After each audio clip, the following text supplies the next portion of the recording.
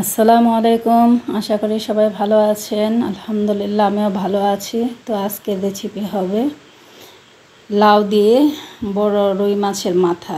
আসলে মাথাটা কিভাবে রান্না করব বা কিভাবে খাবো ভেবে পাচ্ছি না, এই জন্য ভাবলাম যে লাউ দিয়ে ভেঙে ছুটে রান্না করি।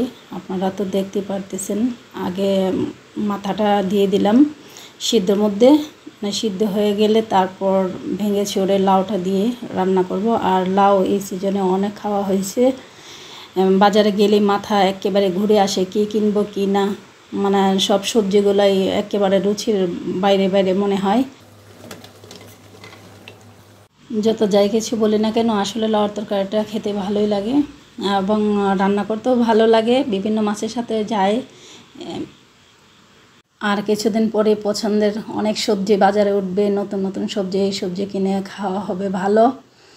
আপনারাও খেতে পারবেন, আমরাও খেতে পারবো। আসলে কি কোনো কিছু করার নেই, এখন যখন যেটা পাই সেটি এনে এনে রান্না করি।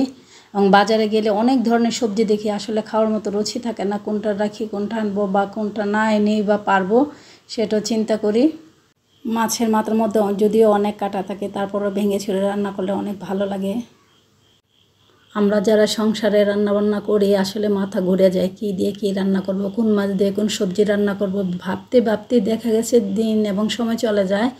একবার সকালে একটা চিন্তা করি, আবার রাতে আরেকটা চিন্তা আসে, তবুও তো রান্না করে খেতে হবে, এই ভেবে ভেবে যা পাই তাই দিয়ে কোনো গুছিয়ে গেছে কোনো রকম রান্না করে আর কি আপনাদের কাছে দিই।